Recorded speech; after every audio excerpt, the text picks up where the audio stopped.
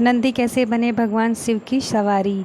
एक पौराणिक कथा के अनुसार ब्रह्मचारी व्रत का पालन कर रहे हैं ऋषि शिलाद को भय होने लगा कि उनकी मृत्यु के बाद उनका वंश समाप्त हो जाएगा। इस भय के चलते उन्होंने पुत्र प्राप्ति के लिए कठोर तपस्या शुरू की।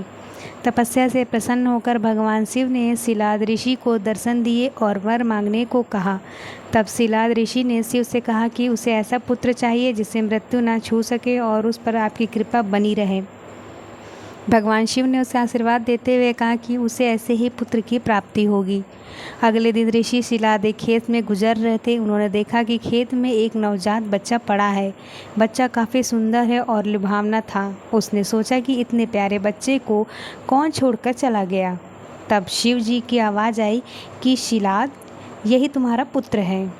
ये सुनकर ऋषि शिलाद बेहद प्रसन्न हुए और बच्चे को देखभाल करने अपने साथ ले गए।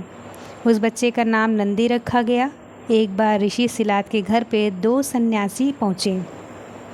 उनका खूब आदर सत्कार हुआ। इससे प्रसन्न होकर सन्यासियों ने ऋषि को शिलाद को दीर्घ आयु का आशीर्वाद दे दिया, लेकिन नंदी के लिए एक शब्द भी नहीं बोला। ऋषि शिलाद ने सन्यासियों से इसका कारण पूछा। तब सन्यासियों ने बताया कि नंदी की उम्र कम है, इसलिए हमने इसे कोई आशीर्वाद नहीं दिया। यह बात नंदित ने सुन ली और ऋषि शिलाद से कहा कि मेरा जन्म भगवान शिव की कृपा से हुआ है और वे ही मेरी रक्षा करेंगे।